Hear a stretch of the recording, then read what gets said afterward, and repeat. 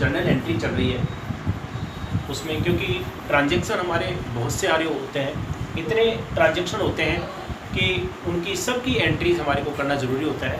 और कई ट्रांजैक्शन ऐसे होते हैं जिनमें हमारे को समझना ज़रूरी हो जाता है कि इसमें कौन सा खाता प्रभावित हो रहा है, क्योंकि हम 5-7 एंट्रियों से या 10 एंट्रियों से सभी एंट्रियों को समझ नहीं सकते। इसलिए जिस प्रकार का ट्रांजैक्शन होता है वैसी करीब करीब सभी एंट्रीज़ को हमारे लिए करना ज़रूरी हो जाता है। तो आगे मैं आपको कुछ एंट्रीज और बता रहा हूँ। तो देखो ये एक एंट्री है 4 दिसंबर, केदार को 60,000 रुपये लागत का माल बेचा गया जिसका बीजक मूल्य लागत से 10% अधिक लगा है। देखो केदार को माल बेचा है, ठीक है, इसका मतलब माल किसने बेचा है? हमने बेचा है। दूसरा, व्यक्ति का नाम दे रखा है, इसका मतलब उधार बेचा है। सबसे पहले तो उधार माल बेचा, हमने बेचा, ठीक है, ये तो हो गया। अब देखो इसमें दे रखा है कि जिसका बीजक मूल्य को हम इंग्लिश में बोलते हैं इनवॉइस प्राइस, और लागत से 10% अधिक लगाया गया। लागत मूल्य जिसको हम इंग्लिश में बोलते हैं कॉस्ट प्राइस।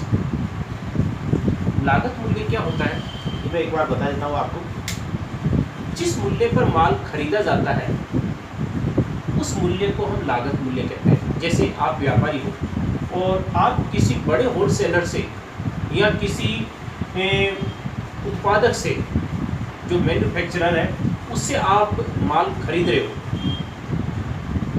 तो जिस मूल्य पर आप माल खरीद रहे हो वो मूल्य आपके लिए क्या कहलाएगा? लागत मूल्य। तो आप लागत मूल्य में ये भी होता है कि आप उस माल को अपनी दुकान या गोदाम तक लेकर आ रहे हो तो उस पर जो किराया भाड़ा लगता है वो भी उसी में जोड़ दिया जाता है, फिर उसको कॉस्ट प्राइस लागत मूल्य कहा जाता है।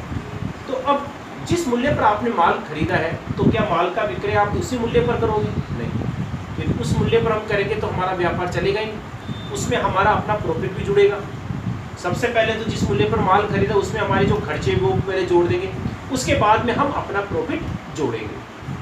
तो लागत मूल्य तो वो होता है कि जिस मूल्य पर माल खरीदा जाता है वो उसका लागत मूल्य कहलाता है, ठीक है। और कॉस्ट प्राइस में हम क्या करते हैं? प्रॉफिट जोड़ देते हैं तो ये इसकी सेलिंग प्राइस कहलाती है, इसको बोलते हैं विक्रय मूल्य। तो विक्रय मूल्य का मतलब है कि उसमें लाभ, हमारा जो प्रॉफिट है वो इंक्लूड है, प्रॉफिट उसमें इंक्लूड होता है। तो लागत में लाभ जोड़ने के बाद में जो मूल्य आता है वो सेलिंग प्राइस कहलाती है। इसको हम, यानी कि जिस मूल्य पर हम माल बेचना चाहते हैं, एक तरह से इसको हम इनवॉइस प्राइस भी बोल सकते हैं। इनवॉइस प्राइस इसको बोलते हैं बीजक मूल्य। बीजक मूल्य को हम इंग्लिश में क्या बोलते हैं? Invoice price. सेलिंग प्राइस यानी कि विक्रय मूल्य। वैसे तो विक्रय मूल्य कि जिस मूल्य पर माल का विक्रय करना चाहते हैं वो विक्रय मूल्य है, लेकिन व्यापारी क्या है, उनकी रेट निश्चित कर देता है। जैसे कई बार आप सामान खरीदे जाते हैं तो उनकी कीमत पहले लिखी भी रहती है, कितनी हिसाब ये 670 में, तो यानी कि उनकी रेट पहले से निश्चित है, तो इसलिए हम उसको इनवॉइस प्राइस भी बोलते हैं, यानी कि बीजक मूल्य। तो बीजक मूल्य का मतलब एक तरह से विक्रय मूल्य ही होता है, और उसमें लाभ जो होता है, प्रॉफिट होता है, इंक्लूड होता है, शामिल होता है उसमें, ठीक है। तो अब आपने केदार को जो माल बेचा उसका लागत मूल्य था 60,000, यानी कि 60,000 में तो आपने खरीदा था उस माल को, तो आप 60,000 में थोड़ी बेच सकते हो, तो वो तो लागत मूल्य था 60,000 का, और उसमें हमने जो है बीजक मूल्य कितना बनाया? लागत से 10% अधिक, 10% ज़्यादा। तो लागत मूल्य है वो कितना था? Cost price 60,000। मैंने अब देखो ये फॉर्मूला बताया था क्या? कॉस्ट प्राइस प्लस प्रॉफिट, तो ये क्या हो गई आपके? सेलिंग प्राइस, जिसको हम इनवॉइस प्राइस यानी कि बीजक मूल्य भी कहते हैं। तो 60,000 पे लागत मूल्य हो गया। अब इसमें प्रॉफिट कितना जोड़ रहे हैं? 10%। तो 60,000 का 10% कितना हो गया? 6,000। तो इसका अमाउंट है वो कितना हो गया? 66,000, ठीक है। यानी कि हमने जो ये माल बेचा है केदार को, वो कितने में बेचा है? 66,000 में बेचा है, ठीक है। अब 66,000 में बेचा है। अब देखो इसमें आगे 66,000 में बेचा है, लेकिन जब माल का विक्रय किया गया तो उस पर हमने व्यापारी भत्ता दिया। भत्ता कितना दिया है? 5%। व्यापारी भत्ते के लिए मैंने पहले बता दिया था कि व्यापारिक बट्टे की हम एंट्री नहीं करते, उसको डायरेक्ट विक्रय मूल्य में से कम कर दिया जाता है। और विक्रय मूल्य कितना है? 66,000 विक्रय मूल्य हो गया, जिसको हम बीजक मूल्य भी बोलते हैं, यानी कि इनवॉइस प्राइस भी कहते हैं। तो बीजक मूल्य या विक्रय मूल्य 66,000 है। और इसका 5%, तो 66,000 का 5% है वो कितना होता है? 3,300। कैसे निकालते हैं मालूम है? 66,000 इंटू 5/100, ठीक है। इस प्रकार से आपके 3,300 होगा। तो 66,000 में से 3,300 रुपये ये लेस कर देंगे। 3,300 क्या है? व्यापारी पट्टा, यानी कि ट्रेड डिस्काउंट। तो व्यापारी पट्टा तो कम किया जाता है, तो ये कम कर देंगे। कितना आ गया? 62,700। इसका मतलब है कि केदार को हमने जो माल बेचा है वो कितने में बेचा है? 62,700। अब ये 60,000 66,000 इनसे कोई मतलब नहीं है। हमने केदार को जो माल बेचा है वो 62,700 में बेचा है, इसलिए एंट्री भी हम कितने से करेंगे? 62,700 से। तो ये समझाने का मतलब यही था कि मैंने पहले आपको ये बताया कि लागत मूल्य क्या होता है? Post price. और बीजक मूल्य इनवॉइस प्राइस क्या होती है? यानी कि लागत में लाभ जोड़ने के बाद में जो मूल्य आता है उसको हम विक्रय मूल्य सेलिंग प्राइस भी बोलते हैं, या बीजक मूल्य भी कहते हैं, इनवॉइस प्राइस भी कहते हैं। यानी कि जिस मूल्य पर माल का विक्रय करना है, तो जिस मूल्य पर माल का विक्रय करना है वो हमारी इनवॉइस प्राइस कहलाती है। तो 60,000 की लागत का 10% 6,000 हमने जोड़ दिया, 66,000 हो गया। तो विक्रय मूल्य या बीजक मूल्य तो उसका 66,000 है, लेकिन हमने व्यापारी पट्टा दिया था तो व्यापारी पट्टा इसमें से कम हो जाएगा, इसका 5% 66,000 का, तो 3,300 हमने कम कर दिए। तो माल हमने कितने में बेचा? 62,700 में, ठीक है। तो अब केदार को जो माल बेचा 62,700 में बेचा है, तो एंट्री भी हम 62,700 से करेंगे। तो अब देखो इसकी एंट्री, बाकी एंट्री तो फिर वैसे हो जाएगी। मेन यही है कि ये समझने का था कि ये कैसे आया। तो केदार को हमने जो माल बेचा, केदार व्यक्तिगत खाते में आता है।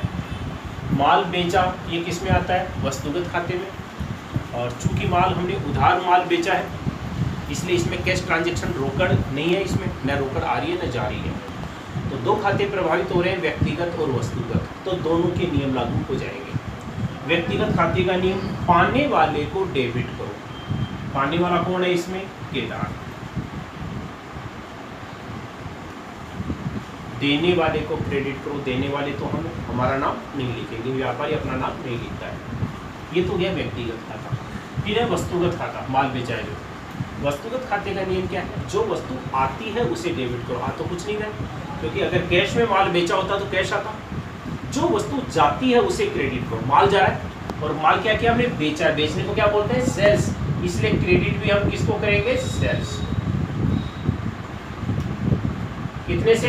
62,700 से। और मैंने अभी अमाउंट बताया था कि 62,700 आपके कैसे आया, ठीक है। एंट्री तो सिंपल हो गई, लेकिन मैंने ये समझने का था ये कि कैसे लागत मूल्य, बीजक मूल्य क्या था, कैसे किस प्रकार से निकला। बाकी एंट्री वैसे ही सिंपल हो गई। अगर इतना होता केदार को माल बेचा जब, तो हमारा सिंपल तरीके से निकल जाता। नरेशन हो जाएगा आपके, सोल्ड टू केदार, ये आपके नरेशन। ये तो होगी इसकी पहली एंट्री। अब देखो आपकी दूसरी एंट्री। तो दूसरी एंट्री है, गजेंद्र से 50,000 रुपये का नकद और 30,000 रुपये का उधार माल खरीदा।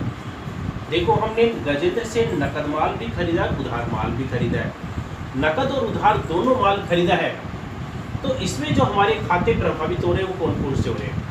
इसमें गजेंद्र भी है, क्योंकि उधार माल से गजेंद्र व्यक्तिगत खाता प्रभावित हो रहा है, नकद माल से तो व्यक्तिगत खाता प्रभावित नहीं होता। और इसमें 50,000 रुपये जो नकद है ये किस में आता है? वस्तुगत खाते में।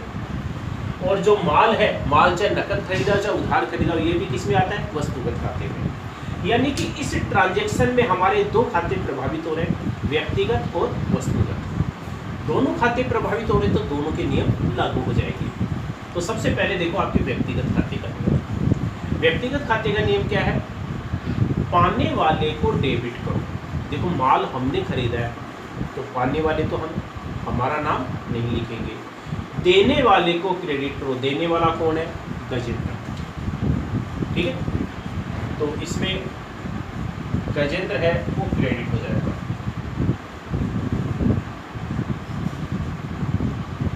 अब देखो आगे 50,000 माल जो खरीदा है टोटल, हमने 50,000 रुपए का नकद और 30,000 रुपए का उधार, तो टोटल माल कितने का खरीदा है? 80,000 का। टोटल माल हमने 80,000 का खरीदा है। देखो माल चाहे नकद खरीदे या उधार खरीदे, माल तो आएगा ही आएगा। और माल आता है, खरीदा जाता है, बेचा जाता है, वस्तुगत खाते में आता है। और वस्तुगत खाते का नियम है जो वस्तु आती है उसे डेबिट करो। माल आ रहा है यानी कि माल खरीदा है, खरीदने को हम क्या बोलते हैं? परचेज। इसलिए हम डेबिट किसको कर देंगे? परचेज को।